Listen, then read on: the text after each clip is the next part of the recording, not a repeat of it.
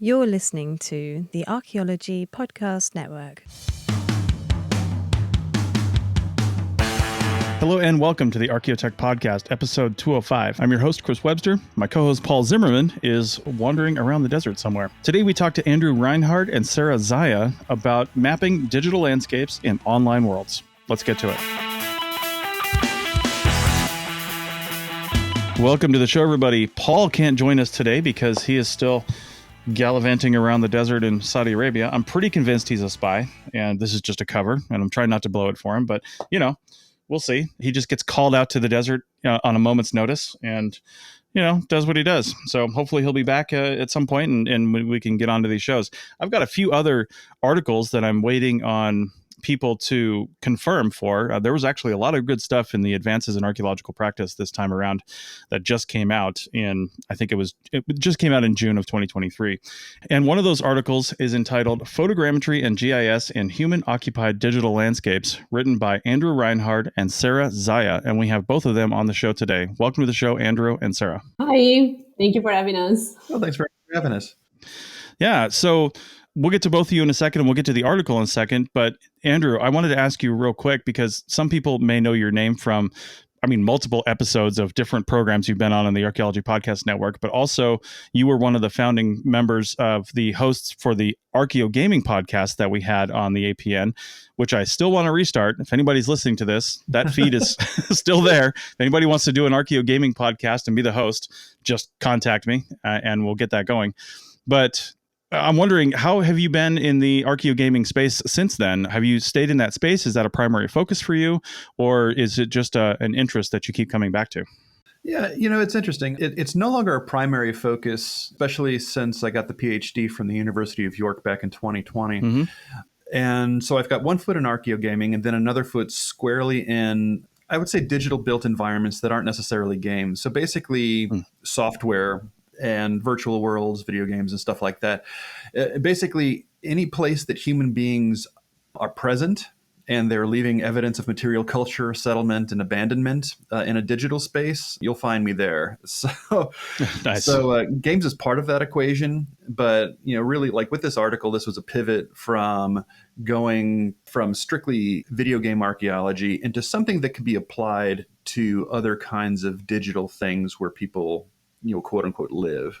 Okay. So I still keep in touch with my colleagues and friends and everything. I run the Archeo Gaming Mastodon account since we nuked the Twitter account. Right. And I'm currently a board member for Saving Ancient Studies Alliance, or SASA. Awesome. Sounds good. And Sara, what brings you to the Archeo gaming sphere? I don't know if this article really belongs in Archeo gaming. It does, because like you said, Andrew, it's applicable, bringing real world techniques into the the gaming sphere. But Sara, what brings you to this space before we really get into the article? So I'm a spatial archaeologist, and I just finished my PhD, and I'm also a gamer. So I really enjoy playing video games, and I mostly enjoy the games that have an archaeological background. Nice. And a flavor. I think I bring the technical part into the article, but I really, really enjoyed it. It gave me a different perspective of, gaming. And whenever now I play video games, I kind of look at the space and the traces that I found on a different light. Mm-hmm. So let's talk about the article then. Again, this is in the Advances in Archaeological Practice, and we will link to this article. You do need a login to see it because it's part of the SAA, the Society for American Archaeology. But there are typically ways around that if you want to get a copy of the article. This is actually open access. We got gold open access paid for through New York University, so people can look at it. Even though it's on the site, it's totally free to view. Oh, I didn't know that because I logged in to go download it and I didn't even notice. So, okay, well, that's good. So we'll link to it anyway, and seriously go download it because there's some really good stuff in here, including the references and some images that will be handy actually as you're listening to this. So look down at your show notes. There'll be a link to the article and you can bring that up while you're listening to the show. Hopefully you're not driving or doing survey or anything like that. So, be careful, but all right, so let's get into this. This article that we find out a little bit later in the article is actually part of a multi-step process that you guys are doing to we'll talk about that, the other steps, but why don't one of you just explain what this step one is and give, the elevator pitch or abstract version of the purpose of this article? dealing with digital games and working with digital kind of landscape archaeology, it's really difficult to kind of pinpoint where things are happening. So if somebody builds something in a game, if somebody puts something up, whether it's a fortification or a residence, or they put some kind of material evidence of their visit in a digital space, there's no coordinates. There's no north. It's kind of fake north, south, east, west. There's kind of a fakey grid, but there's no GIS because we're dealing with these procedurally generated spaces or designed spaces that are independent of the grid that covers the Earth. And so I'm like, well, if we're going to do some archaeology, and especially if we want to do landscape archaeology, we probably need to pinpoint where things are happening precisely in the environment. I wonder if we can do that. And so, knowing full well I do not have the technical expertise, with GIS and with mapping software, although I played around with QGIS a little bit, or working with point clouds or DEMs, digital elevation models. I know the words, but I don't know how to do them. And so I reached out back when I had a Twitter, before the hostile takeover there by Musk, and cast around. And Sarah's like, sure. Yeah. So, Sarah, do you want to fill in where what caught your eye and what you brought to the article as well? Sure. Well, since I was I think it was a few years ago, I started to get interested in archaeogaming, and so of course I ran into Andrew's blog website and I started reading, and so his name was like a big name in my head, and so I started following him on Twitter. And then I saw when I was scrolling down his tweet, and I was kind of, shy at the beginning to reply. Because I was like, well, I'm a PhD student. I'm sure there is a long, long line to work with Andrew. He's not going to listen to me, And then I went back a couple of days after and I said to myself, well, if you don't try, you will never know. But The tweet was canceled at that point. Or I couldn't find it anymore. So I think I DM'd you and say, hey, I saw your tweet. Do you still need someone to do some GIS? And that's, the rest is history, nice. I suppose. Yeah, absolutely. So the theory was, can we make actual usable, maps, topographic maps, DEMs, from point clouds that we gather on these spaces that don't exist on Earth? And if so, how do we do that? And if we figure out how to do that, we should probably write it up so that other people can do it too. All right. So we'll get into your methodology on that probably in the next segment. But first, I want to talk about the games you guys decided to use for this. Now, No Man's Sky and Fortnite are the two games, very different games. And I've actually played No Man's Sky. I haven't played Fortnite, but I know of it and what it's all about. But I'm curious about the games, before we get to why you chose those, I'm curious about the games that didn't make the list, because, again, another game I haven't played, but that first came to mind when you were talking about a persistent online world that's changed by players is World of Warcraft. I feel like it's been around since, I don't know, the late 90s, early 2000s or something like that. I don't even know if it's still around, but that seems like something that has one of the longest histories. Do you know in your research what gaming environment has the longest online continuous history? Did you find that in your research? Oh, geez. I don't know. I'll get myself into trouble by being, by being wrong. Sure. But, I'm thinking of things like Neverwinter Nights or EverQuest. Yeah. And things going back into the 90s, there's going to be stuff from way, way back. And, this includes, things as like, persistent digital spaces and environments like Second Life and stuff like that. Mm-hmm. So, those places, and, they let you craft, but you really can't build. And, so yeah, we could have done WoW, because that's been around, for a very freaking long time. I actually let my account slip. I quit. I rage quit when Mists of Pandaria came out, because I'm like, you can't change the lore like that. What are you doing? And, I was just a big nerd. With WoW, it's proprietary and you've got to pay, in order to do this. In Fortnite's free, and No Man's Sky, you still have to pay as well. But it's, I might have given it a moment's thought. I was thinking maybe sure. PUBG or maybe EVE Online or something like that. But, these are the two games that I was really familiar with personally. Yeah, Second Life. I kind of forgot about that. I still have an account. I don't think I've logged into Second Life in years, but It's still there. it's still there. Every time I get a new computer and it's like faster and better, I've got the M1 Mac now. I don't have the M2 yet, but every time I get a new one, I'm like, well, let's see how Second Life plays. And I head over there for a second, see what it looks like, and then I leave and I don't go back until I get a new computer. Yeah. But that world is crazy. Let me tell you a really quick story. Yeah. And I logged into Second Life a few years ago, and I hadn't been in for about 5 or 6 years.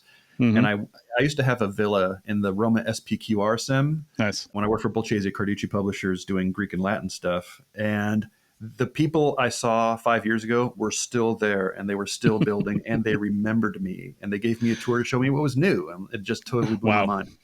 Wow. I mean, there are, speaking of online worlds, I mean, there are real people that just practically live in Second Life. I don't even know if they're Second Life anymore. It's almost their first life. Yeah. You know what I mean? There is. Yeah. It's a lot. So, all right. So let's get to No Man's Sky and Fortnite. Why did you guys choose those games to do your mapping experiment? This goes back into, like why do archaeo gaming in the first place? And the fact that we're using video games as a vernacular for digital spaces. People understand games. They know what games are. They know what they're called. They see them advertised. So if we can start there as kind of the low-hanging fruit, then we can gently move people towards other digital spaces that are a bit weird. So ultimately, I'd love to do a GIS, survey of Microsoft Word or something.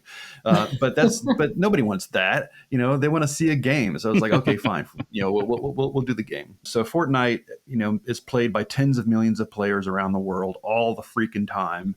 And the island changes, year to year, season to season. And so it's nice to see those changes. And people do kind of the same thing when they go in. They build fortifications to protect themselves, and they move around. And it's really, really fast. So you can get a really good data set in about 20 minutes. And then for No Man's Sky, again, wildly popular game played by millions. And it's a procedurally generated space. And so we're like, well, can you map a space that's never existed before until you log in? And so, we figured those are two games that people know. A lot of people have played, at least they're familiar with it, and they allow us a couple of different variables to tinker with when we're mapping. Regarding Fortnite, what is the value, do you think? I mean, sure, if it's just a thought experiment, is can you map a procedurally generated space that doesn't exist after it's been used? Then that's a question, right? And if that's the only question you're asking, then yeah, that's a yes or no question. We can do this or we can't. But I'm wondering, if you can, what's the value in that? You know what I mean? With something that persists and is around for years, let's say, that I can really see. But Fortnite, the world's gone in 20 minutes or something like that, from my understanding. Yeah. What do you think the end value could be there? Or are you not answering that question yet? This is the main question. And this is the question that really bugs me as a digital archaeologist, and what keeps me up at night because it gives me nightmares. It's like, all of this digital occupation, all of this digital construction, software is coming and going. These rounds last 20 minutes and then are gone without a trace. And so, if you're a digital archaeologist and you're not on the ground recording things as they happen, that stuff will be gone. And so, by documenting, these very discrete, very fast happenings, we can then build a data set. And I was telling Sarah earlier that, for me, this is it's a merging of salvage or rapid archaeology with slow data. We get into Bill Caraher's ideas of slow data and slow archaeology. Same thing with Jeremy Huggett. And it's just kind of a revelation. It's like we have to work really, really fast to collect the data, but then we can take our time afterwards to see what people are actually doing in this limited time that they have. Are they following, different patterns? How are they interacting with the digital landscape versus a regular one? What kind of community building do they have? What's the nature of the architecture of the constructions when they're built under stress? And so, there are all kinds of questions that can be asked, but we have to be really fast in getting this information so that we can interpret it later. Okay. Well, that's pretty much the why of this. I really want to get into the how of this, so I think we'll just have a little bit longer of a segment too. And for that, we will take a break right now and come back on the other side and get into how you guys did this. Back in a minute. Welcome back to the ArchaeoTech podcast, episode 205, and we are talking about photogrammetry and GIS in human-occupied digital landscapes. Again, take a look down at your show notes for a link to this article. And we were talking to Andrew and Sarah, the authors of the article. So in the first segment, we talked about a little bit about the why anybody would do something like this. But now I want to talk about the how, because this is where I think for our audience in ArchaeoTech, this really gets to be the interesting part. And we've talked about photogrammetry a lot on this show. We've talked about drones a lot on this show. Any longtime listeners know they have to take a drink now, because anytime we say drone, that's what happens. Seems like they come up a lot on this show. So hopefully you're listening at a good time. Yeah. But so anyway, you mentioned that drones and cameras and things like that have been used to do photogrammetry for many years in archaeology now. And even just saying drones have been used for many years is a pretty powerful statement. It's kind of weird to think that. They still feel new in some cases, but they're very much not in other cases. But with photogrammetry, and I've done drone photogrammetry, you really need you don't need, but it's helpful to have the ground control points, and then you've got the spatial nature of the photographs themselves. And I've even done it where you take high resolution video and then chop images out of that. It's not quite as good as taking high resolution images, but we've experimented with that in some cases. And I'm just wondering, getting to this, what methodology did you use to get the, let's just call them photographs, really screenshots, of the worlds of Fortnite and No Man's Sky in order to be able to do this actual photogrammetry? Because you ran these just like you would any other images through Metashape to produce your DEMs and your 3D models. So I'm just wondering, how did you come up with a way to get these images in an accurate way to be able to do this? I'll do a very short answer, and then Sarah, if you could do the detailed answer, because this is when I really started to lean on you, and I was emailing you twice a day, every day for weeks. Because I have access to the games, and when you play a video game, every video game is different. Every video game will have its own way of maybe doing a photo mode or photo capture, video capture, or you have to do it through the console's native video capture and photo capture software that comes with it. Mm-hmm. And so that, I was like, well, okay, I have these two games. They behave very differently with the photo modes and everything. So what's my camera? How do I use it? Can I fake it out and pretend I have a drone, but it's really not a drone. It's and like in Fortnite, you actually become the drone. So you have this all-seeing eye that you can move around. And then in No Man's Sky, you're dealing with like a sphere. It's like a hemisphere. And then your camera's at the top of that. And then you shoot around. And it was a disaster. I'm a terrible drone pilot and a bad photographer when it comes to this kind of thing. And so, Sarah, how did you help me? Because you helped a lot. Yeah, the way that I wasn't sure if this was going to work out or not. And the way that I addressed it was as any other photogrammetry project that I carried on in real life. And so I found out that flying the drone and then extracting frames to use as photographs don't really work out. Right. I prefer to spend a little bit more time in taking the pictures, but then they're going to work out much better in the software. And so I asked Andrew to just take a picture, pause while taking the picture, and then move the virtual drone a little bit forward, taking care and making sure that the next picture will overlap at least 50, 60% with the previous one, and just go on and on until he would cover the entire surface that we wanted to do the photogrammetry for. Okay. And there was no distortion or anything at the edge of the images. I mean, in my experience in the past, sometimes they're a little bit fisheye, kind of on those pictures and things like that. Did you guys have any problems? I mean, there's always a distortion. Sure. But it wasn't that bad. If I remember correctly, it wasn't that bad. So it was not like a whole 360, that kind of distortion that you see, the parable or anything like that. No. Yeah, we didn't have to fix too much of that. And especially like with Fortnite, there's no curvature of the earth. Oh, sure. It's flat. Granted, it's got topography, but yeah. And, shooting from the top down and then moving things around and then making sure we had the overlaps, seemed to have taken care of that. And it was fun to kind of hand the files off to Sarah for her to do her magic. And so whatever she did on her PC. My magic. That seemed to work out okay. We tried a couple of times, and I think the first set of image wasn't working. But the second time, I gave, I guess, more detailed instructions, and Andrew was great in taking the pictures, and that worked out perfectly. Nice. I'm wondering with Metashape, I mean, obviously a lot of us that are listening to this have put images into Metashape before, but obviously they're usually images of the earth or objects and things like that. Did it just accept these digital images that don't necessarily look like anything on the earth? It just accepted them and did it like normal, or did you have to use any special settings? No, it actually worked. I was very surprised, but I guess these digital spaces are very, very accurate so that they resemble real spaces, and the software just picked them up. Right. Okay. Yeah. Nice. It was a gamble.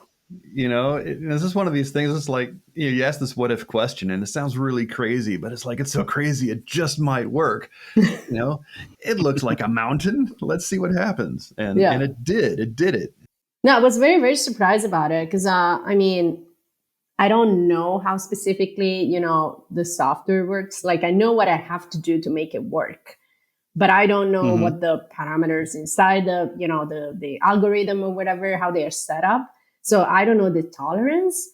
In my personal experience with real world, the tolerance is pretty high, more and more with the new updates. And so, slight errors that you might have, and they would have created issues in the past, like different light. If one image is darker than the next one, maybe it won't, match them because the RGB values of the two of the pixel, the same pixel in the two different images is different, and so it doesn't recognize it. But now it doesn't even matter anymore. Like, if it's not completely off, even if it's slightly different, it still works. Nice. And I really think the trick here to make it work is to give the software, even if it's a digital landscape, even if it's a fake mountain, if you give it enough like angles, like if the pictures are taken with the right angles, it will still recreate the shape of the mountain, even if it's not real. Yeah, that took a little bit of doing, though. I mean, you had me go back and shoot stuff again. Yeah. And let's do that again and try it again. Let's try it. So, one of the beautiful things about the project is just it demonstrates how technology is really iterative. And the archaeological approach, or the digital archaeological approach, is it's you take steps, and it's like, okay, and you just tweak and you tweak and you tweak, and then you finally get it, hopefully. Yeah, I think I might have asked you to go back and take some oblique images to kind of complete the set of the zenith picture, the one from above, straight from above. Yeah. So you produce this photogrammetric model and you bring it into a GIS, and you've got this, well, first off, in Metashape, you've got a model that has spatial components to it, right? How did you apply units to that? Right? Because, I mean, how do you even know what the units are in the online world? Right. This was the big question. This was the funniest part. It's like, oh my God, it's like we get to this point and we're like, how many meters is this? Exactly. What is a foot? Because, this stuff is like totally made up. And so we had to believe that with both of these games, that they were designed for an average sized adult human being. I don't know, less than 2 meters tall. And let's just go with that. Now, in No Man's Sky, they have units which equate to meters. And so you can kind of do and I actually did this, is that you can do a field survey in the game, and you can have a starting point. You set a little beacon, and then you start at the beacon and you walk onto the horizon to a point. And when you finish, you can see how far you walked. It's like, oh, okay, that's cool. Right. But not so much in Fortnite. Fortnite, you just kind of had to make it up and take a best guess. So yeah, dealing with units of measure in video games does not really exist. I mean, they have it in the underlying code, right? Because you have to have things, make sense when you're doing the design. But they don't really impart that to the public. It's just part of their gaming mandate or whatever. Well, I noticed in the article you read, one of the I don't know, one of the updates or additions of Fortnite had Indiana Jones. There's a known quantity. Harrison Ford has a predictable height. Precisely. Yeah. That's one of the wonderful things about archaeology is that it's, it's got so much synchronicity. And so, like having Indiana Jones show up while we're doing this project, it was just a godsend. I was like, oh my God, I can't even believe it. Speaking of distances too, one thing I would wonder, and I don't know if you were able to suss this out or not, because they're like in No Man's Sky, there are some flat plains, but a lot of it's like rolling hills and things like that. That distance measurements back, I'm familiar with that from, playing this a little while ago. Do you know if that's a linear distance, like line of sight distance from you to the target, or is that taking into account the landscape, the topography? No, it's line of sight, kind of as the crow flies, right. Distancing. So it's going to be pretty accurate, but not 100% accurate. And I don't know that we would be able to get 100% accuracy, at least not yet anyway, until we figure that out. Right. Once you accept that it's going to be an approximation in distance, and that was not even, it wasn't the goal of the article to be precise. We just wanted to see if the project was possible or not. But, once you approximate the distances, we just mark them in a way that I could see them in the pictures. And instead of using coordinates from, Total Station or GPS or whatever that I didn't have, I just scaled the model with those distances. And I treated it as a regular, a regular cloud point that needed to be scaled. Okay. So regarding the online worlds of Fortnite and No Man's Sky, how did you guys decide, really, I guess, Andrew, how did you decide what you were going to map for this that would make a good representation for testing your guys' theories?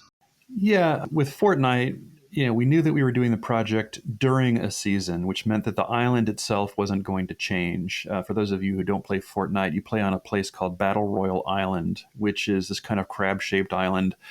And every 3 months, things happen to it. There's a volcano, or then there's an implosion, and the middle of the island goes away, and the climates change and stuff like that. And so, being able to document it one season and comparing that to the next is always something very interesting. But for me, I wanted to play over several different rounds because the rounds are always the same. You start, you land as a player on the island, you find out other players to eliminate, and in order to protect yourself, you build things. And so I wanted to go and play a bunch of rounds and then be able to record what people were building and where they were building them, and in relation to other landmarks, other landscape features, to each other, to see if we could draw some conclusions, potentially. And so, that was pretty easy to do because people just build and you just film the building and then you map it. Now, for No Man's Sky, because it's procedurally generated, you never know quite what you're going to get. So I wanted to find a settlement that was simple. I didn't want to do like a big complex or anything, at least not yet. I just wanted to find something that had a simple structure that was anchored in the landscape. And then I wanted to see if we could, measure it, if we could place it in the landscape and map it. And so I looked at about 5 or 6 different candidates. I've got a kind of a gazetteer that I keep because I'm a big No Man's Sky head. And so it's like, oh, well, we'll go to this planet and this person lives there. And so, check to see if they're home, and they weren't. So, we went and we got our video done, got our photos done. Nice. I'm wondering if, so you guys were going into these worlds and taking these, just doing this. And I know there's a section on ethics in the paper there where you talk about, reading the terms of service and being conscious of, the fact that there's other real humans in there and things that they created and those along those lines. Plus also the game designers. I mean, these are proprietary environments that the game designers, technically own and can shut down at any point in time, but they do have provisions within their TOCs to allow for, online play and things like that, which made this possible. But I'm wondering, did you guys contact, or do you think you'll contact in the future, the actual game designers themselves? Because they have all the source material. They have they have what they know the measurements are. They have, probably, maps of all these areas and a lot more information that could ever be gained by one person going in there and doing a study on this. Have you thought about involving them in this anthropological study, so to speak, the bigger picture? We talked about this. Actually, when the Archeo Gaming book getting close to publication, we needed to get permission for the cover image, which was a screenshot from a procedural world in No Man's Sky. And so it took me about 2 months to actually get a response from Hello Games, and they actually did. And the CEO actually was the one who responded, which really blew me away, to give me permission to go ahead and use the image. I'm like, wow, this is awesome. They are super busy and like trying to write epic games, to get info about Fortnite. I have a feeling that we'd be signing NDAs out the wazoo, and we wouldn't be able to necessarily publish on that, even though we would have the information. And Right. they don't really have a lot of time for archaeologists. It might be a curiosity. But that's normal, because it's a business, for these AAA games anyway. I mean, if we were to do more of an indie game or something like that, working with Maps and Season, for example, then we could write and we'd probably get a response and actually have a collaboration, which is something that would be super awesome because it connects the company with the community, with the archaeologists, and then we can do some public archaeology there. Yes. So, Sarah, I don't know if you've got experience or if you've tried to reach out to some of these different places that you've been interested in. I tried twice, and once I had a very good response, but it was more like, as you said, an indie production, and they were very interested and thrilled that I used their game and I talked about their games in my research. The other company never even responded to me. Yeah, that's pretty typical. It's not that they're being rude; it's just they're super busy and you're low priority. Yeah. Okay. Yeah. So I don't know. I guess that we will have to make a compelling case for them to be interested. Maybe if does it make it the can money be something for business, exactly like Ubisoft opened historical department for their games, and that became like another business for them. So if we can make a similar compelling case, maybe we could start a collaboration. That would be great. Yeah. All right. Well, that's a good point to take a break, and we'll come back on the other side and talk about a little bit more big picture and next steps for this. Back in a minute. Welcome back to the ArchaeoTech podcast, episode 205, and we're talking about mapping online environments. And the first question for this paper that you guys were trying to answer was basically, can it be done? Is this even possible? And to your shock and surprise, it can be done.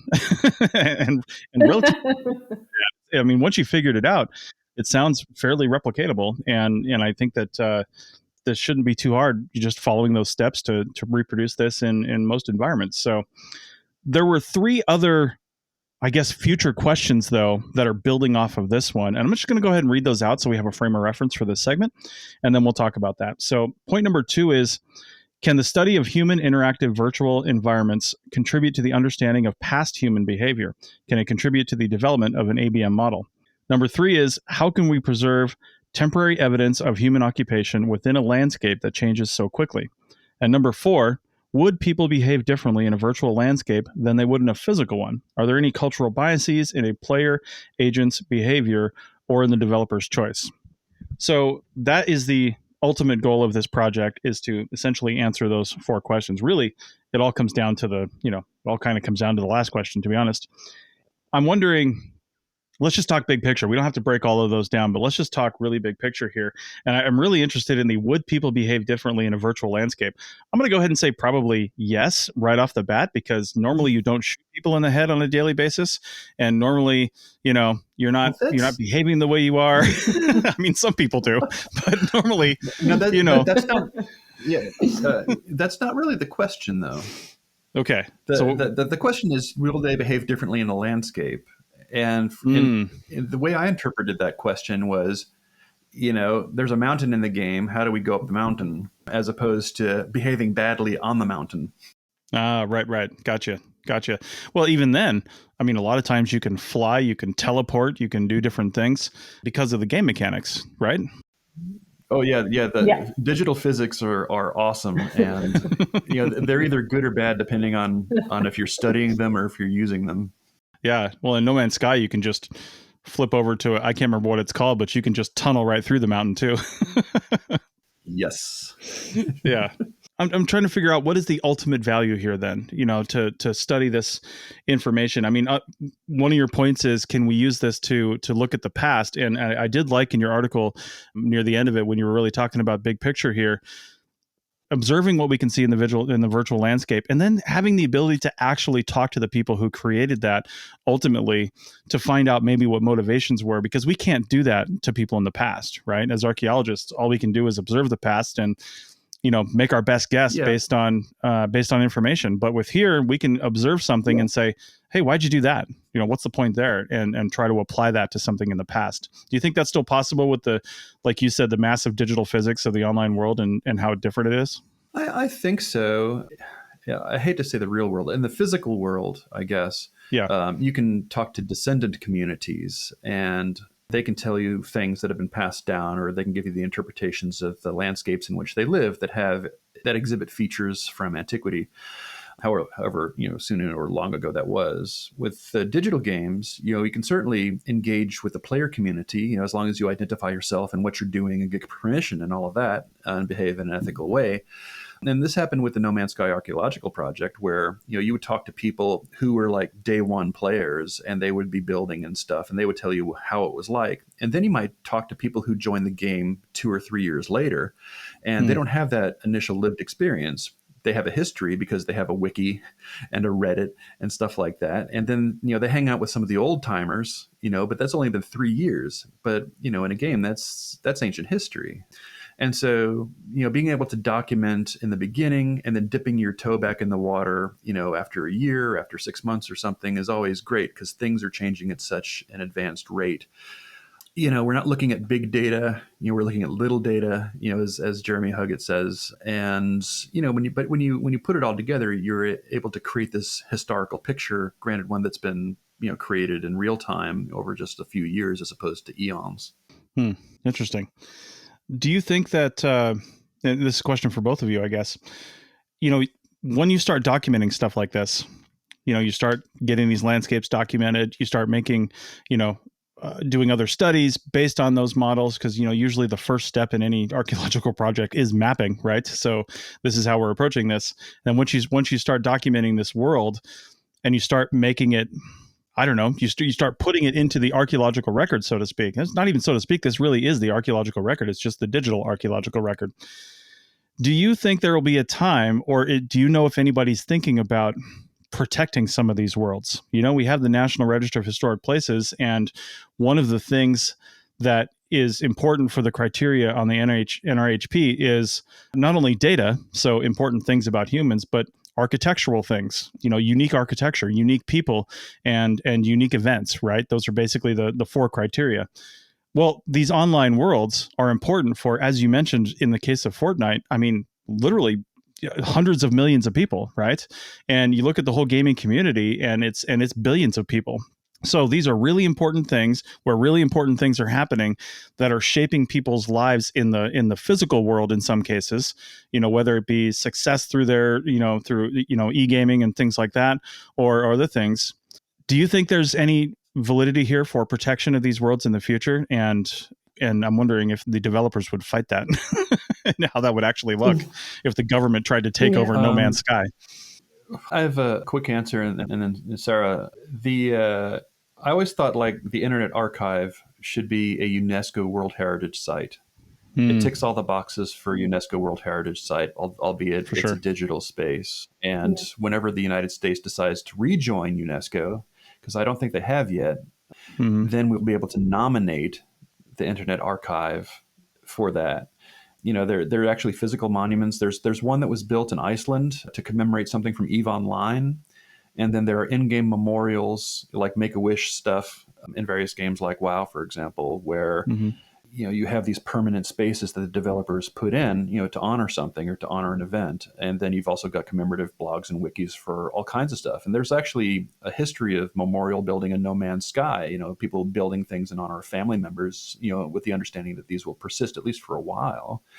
Sure. And so, I think that some kind of designation would be great. And, why not Azeroth, as a protected space? I don't know. I mean, they had to bring back the vanilla server, due to popular demand. And so, that just seems to be a case in point of what people want and need, and they want to revisit and have nostalgia and all that stuff. Sarah? Yeah, I think they should be protected and preserved. I think my mind is going just off to how, because the data would be so massive. Right. And as we mentioned before, the landscape changes so fast that I'm not sure how we could practically do it. So I'm thinking about, the practical. And like, if I was to record this, like I can fly drones all the time on top of people buildings and, try to collect everything. So I don't know what the practical way to do it, the best one will be. But I think it should, I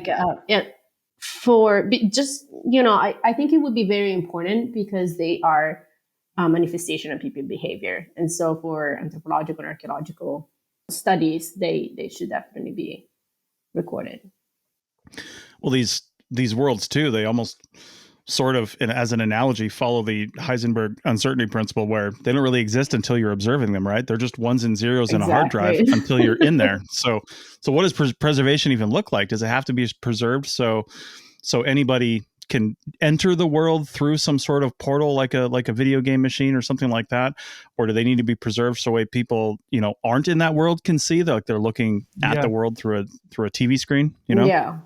That's been one of my goals. When I was doing my PhD, that was part of one of the case studies, is what's the lowest common denominator of access that we can provide so people can see what it is that we're talking about.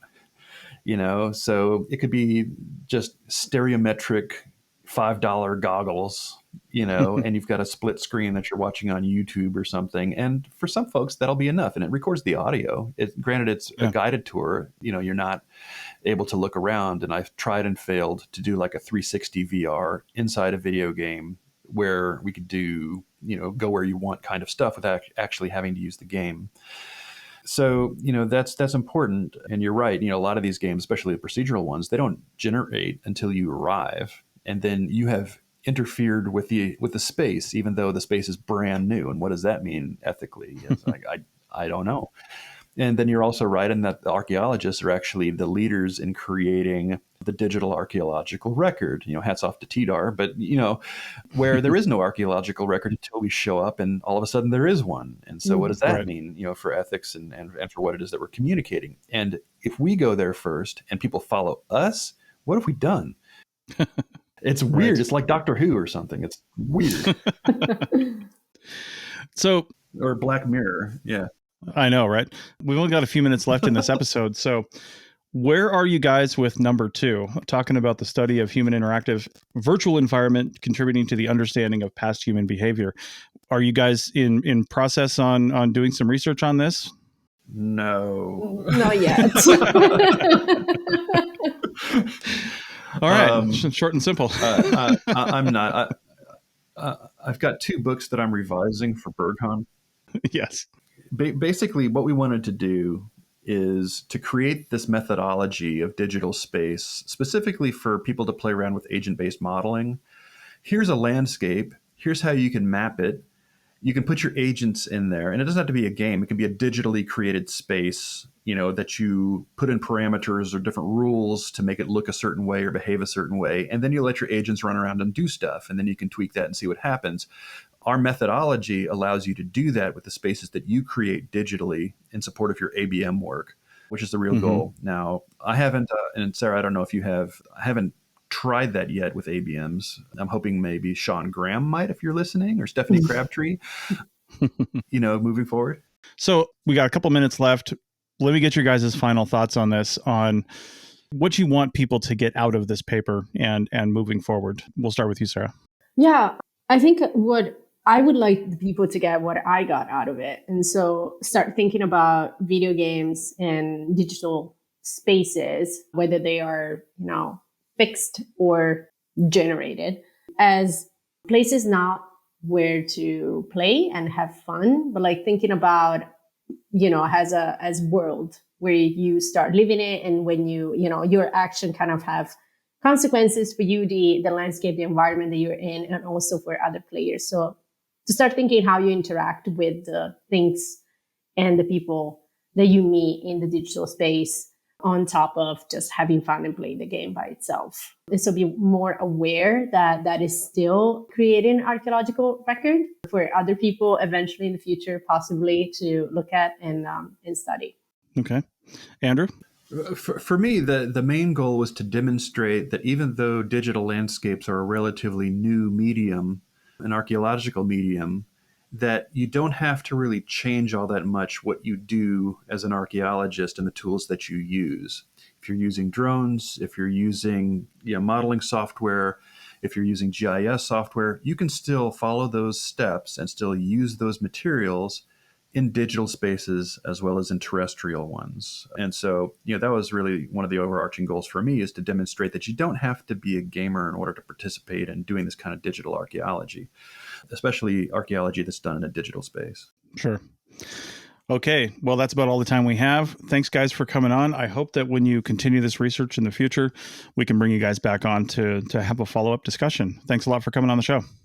Thank you for having us. Thanks again. Bye-bye. All right. And we'll see everybody else next time.